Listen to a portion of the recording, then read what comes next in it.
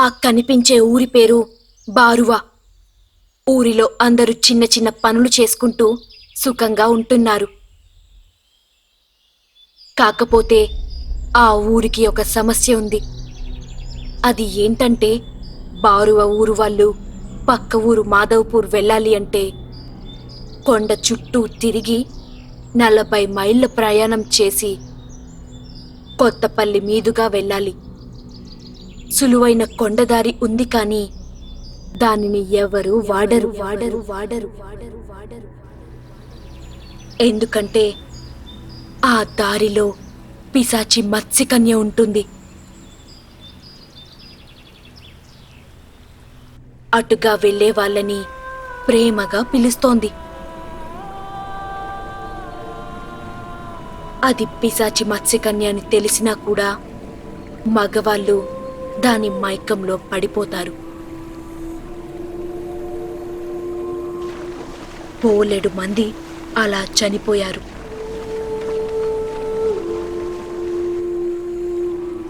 ఆడవాళ్ళు దాని వంటిపై మెరిసే వజ్రాలు, బంగారు పొలుసుల జిగులకి వశమై దాని వైపు వెళ్తారు. అలా వెళ్ళిన వాళ్ళని ఆ పిశాచి మత్స్యకన్య దాని 3 పిల్లలు కలిసి పీల్చుకొని తాగి చంపేస్తారు. ఆ కొండపై జలపాతం అడుగున కొన్ని వేల మంది అస్థిపంజరాలు గుట్టలుగా పడి ఉంటాయి.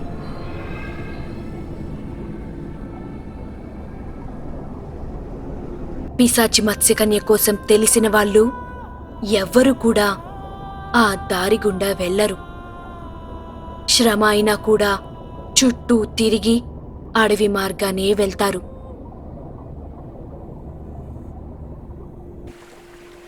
ప్రియా, ప్రియతమా, రా నా దగ్గరికి. నీకోసమే వేచి ఉన్నా. రా నా దగ్గరికి.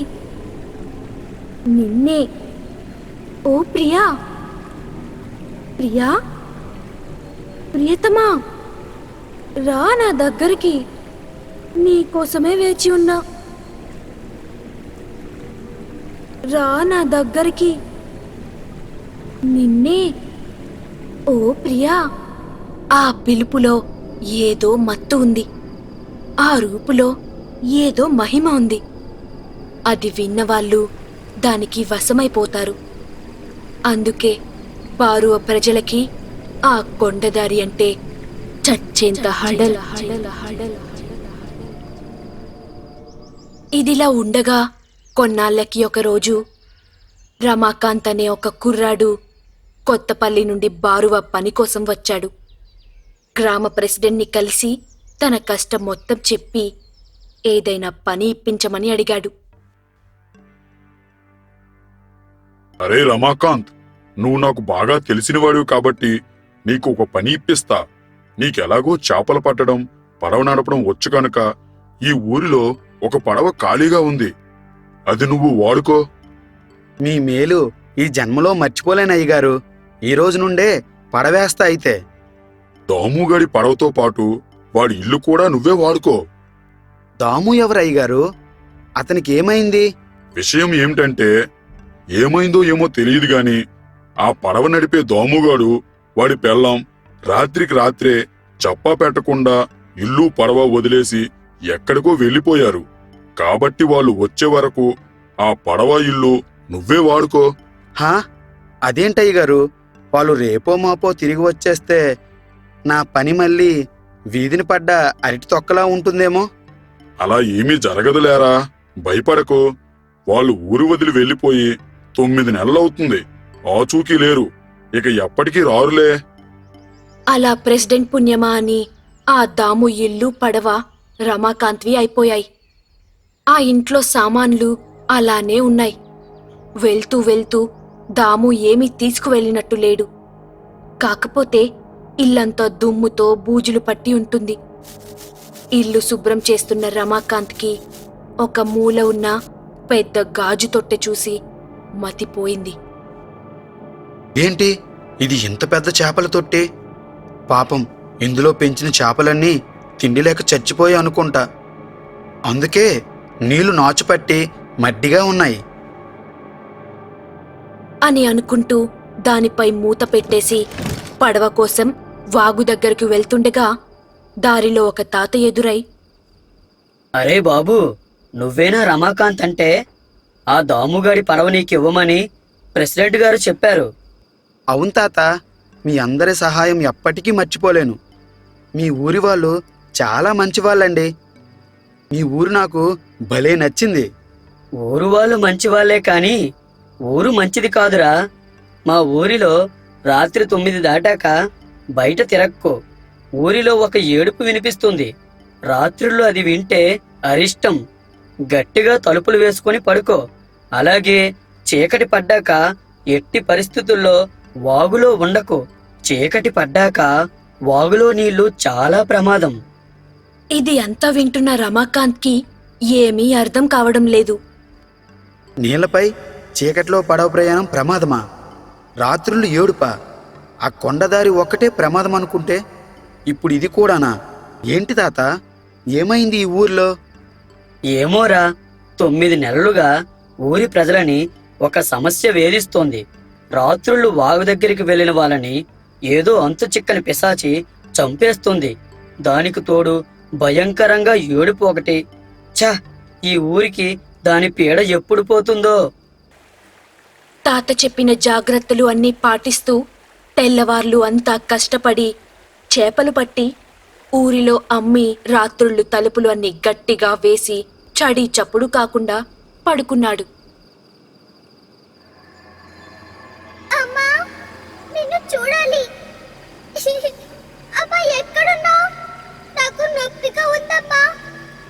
త్వరగా రా అమ్మా. అమ్మా, నిన్ను చూడాలి. అమ్మా, ఎక్కడున్నావు? నాకు నొప్పిగా ఉందమ్మా. త్వరగా రా అమ్మా. అమ్మో, దెయ్యం దెయ్యం కాపాడండి! అమ్మో అమ్మో, కాపాడండి! దెయ్యం దెయ్యం కాపాడండి!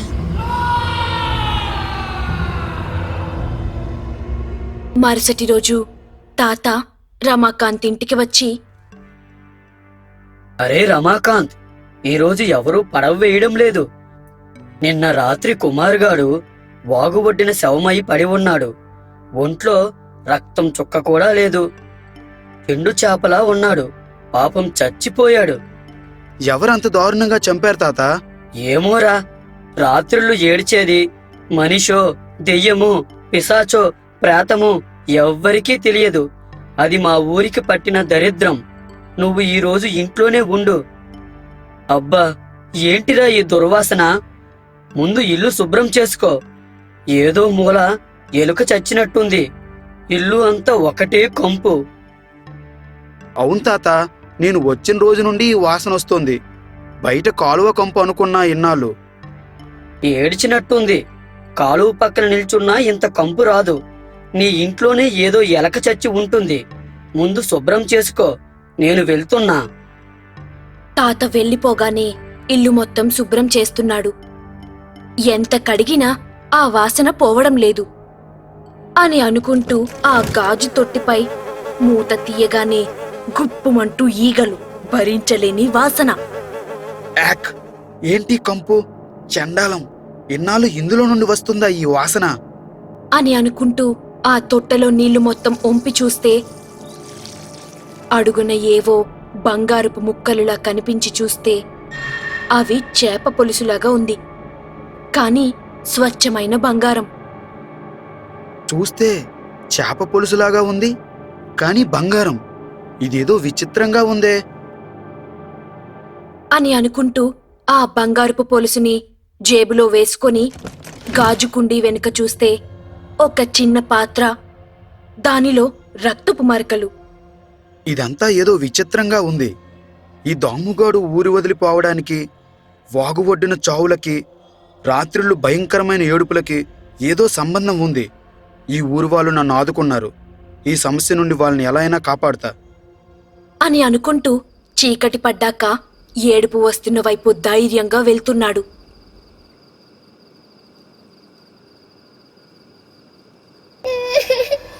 అమ్మా, నిన్ను చూడాలి. అమ్మా, ఎక్కడున్నా?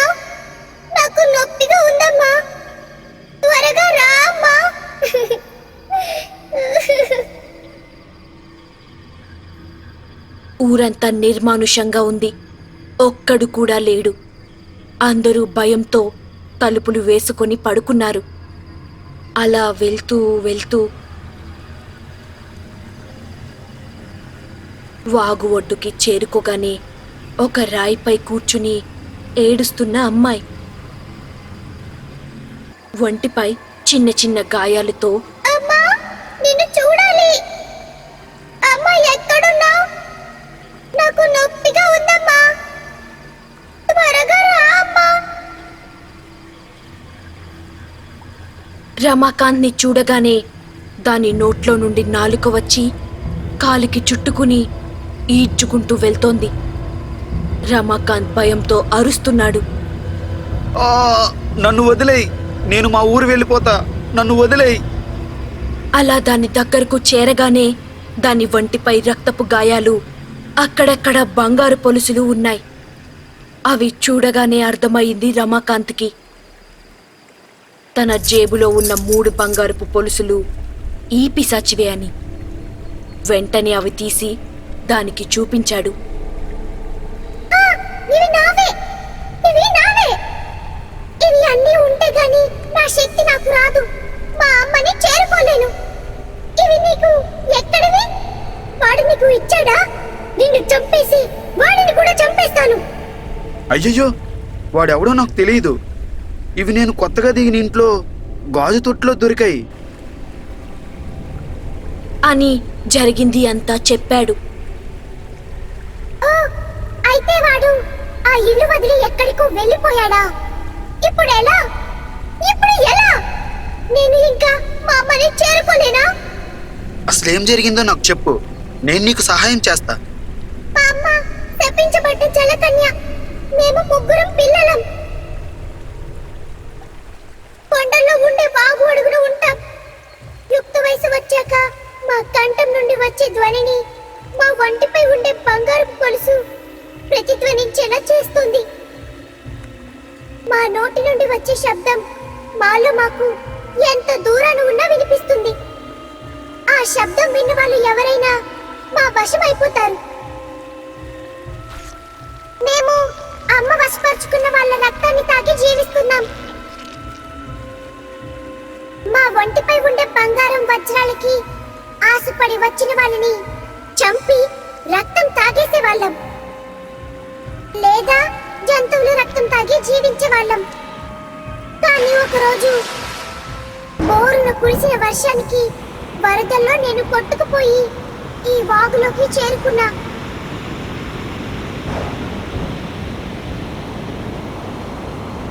అరచి మా అమ్మకి నేను ఉన్న చోటుని చెప్దామంటే వరదల్లో రాళ్ళు గుద్దుకోవడం వల్ల నా గొంతు పోయింది.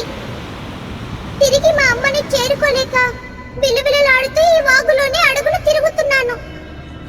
నేను ఒక రాత్రి దాముగాడి వలకి చిక్కాను. వాడు నన్ను చాలా జాగ్రత్తగా ఎవరు చూడకుండా ఇంటికి తీసుకువెళ్ళి ఒక గాజు తొట్టులో పెట్టి పెంచాడు. నేను రక్తం మాత్రమే తాగుతాను తెలిసి రోజు నా కోసం కోడినో మేకనో చంపి దాని రక్తాన్ని తెచ్చి ఒక మట్టి గిన్నెలో పోసి పెట్టేవాడు. తాగు తాగు, నేను జాగ్రత్తగా చూసుకుంటా, భయపడకు. నన్ను మా అమ్మ దగ్గరికి చేర్చు. కొండదారిలో జలపాతంలో ఉంది మా అమ్మ. అమ్మో, ఆ దారిలో వెళ్తే పిశాచి జలకన్య చేతిలో చస్తాం. నా ప్రాణాలు కాపాడిన నిన్ను మా అమ్మ ఏమీ చెయ్యదు. నన్ను నన్ను నన్ను అక్కడికి చేర్చు. సరే అయితే, ఇది వర్షాకాలం, కొండంతా బురద నాచు, వరదలు తగ్గగానే తీసుకువెళ్తా.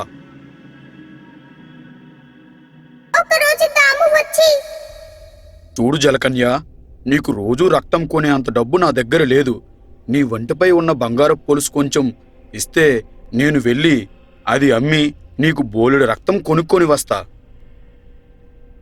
అలా వాడి పెళ్ళం నమ్మబలికి నా వంటిపై ఉన్నది నిజమైన బంగారమో కాదు అని పరీక్ష చేయడానికి అలా 4 పొలుసు ముక్కలు తీసుకుని వెళ్లారు.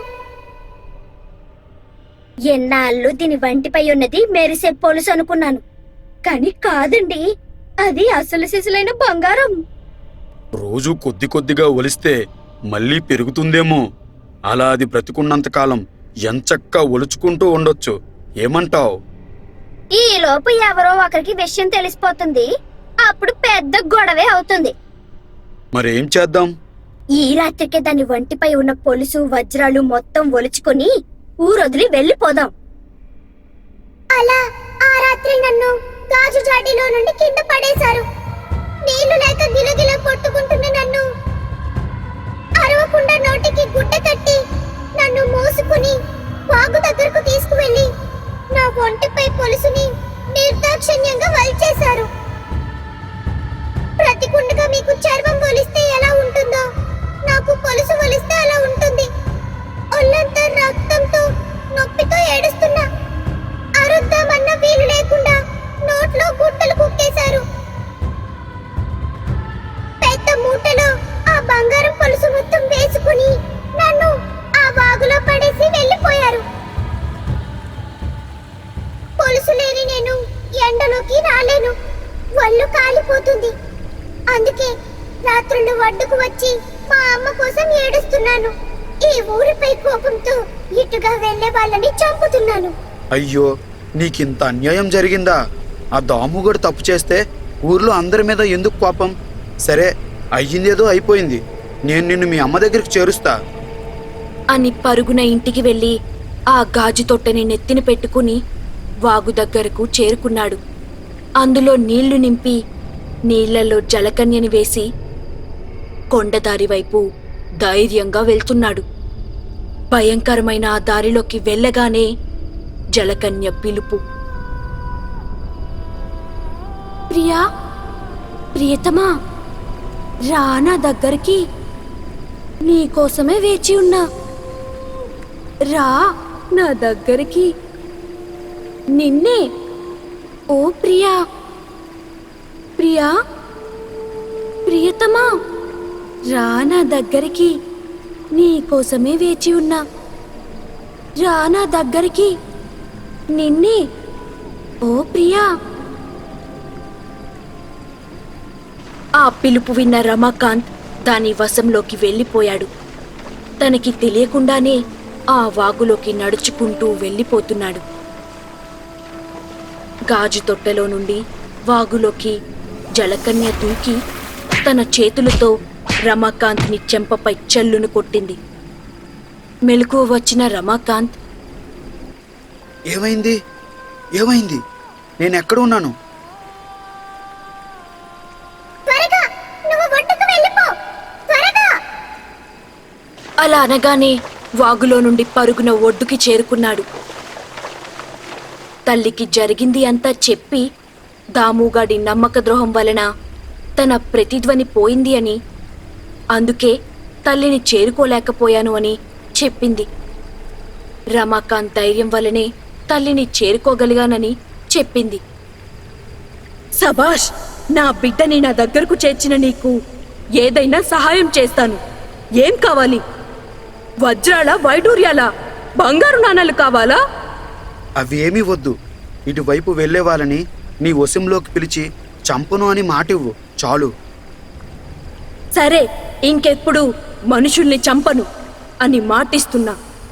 రమాకాంత్ చేసిన సహాయంకి మెచ్చి బోలెడు వజ్రాలు, బంగారం ఇచ్చి పంపింది జలకన్య. ఆ నోట ఈ నోట జరిగింది తెలుసుకున్న ఊరి ప్రజలు రమాకాంత్ ఊరికి చేసిన ఉపకారానికి మెచ్చుకున్నారు. రమాకాంత్ ధైర్యం వల్ల ఇప్పుడు మాధవ్పూర్ వెళ్ళాలి అన్నా, బారువా రావాలి అన్నా సులువైన కొండదారిని వాడుకుంటున్నారు అందరూ. ఇదిలా ఉంటే అసలు దాముగాడు ఏమయ్యాడు అంటే, ఆ రాత్రి జలకన్య ఒంటిపై ఒలుచుకున్న బంగారు మూటతో పడవపై ఊరు విడిచి వెళ్ళిపోతుండగా అలలు తాకిడకి పడవ బోల్తా పడి వాళ్ళు బంగారం మూటతో సహా మునిగిపోయి చచ్చిపోయారు.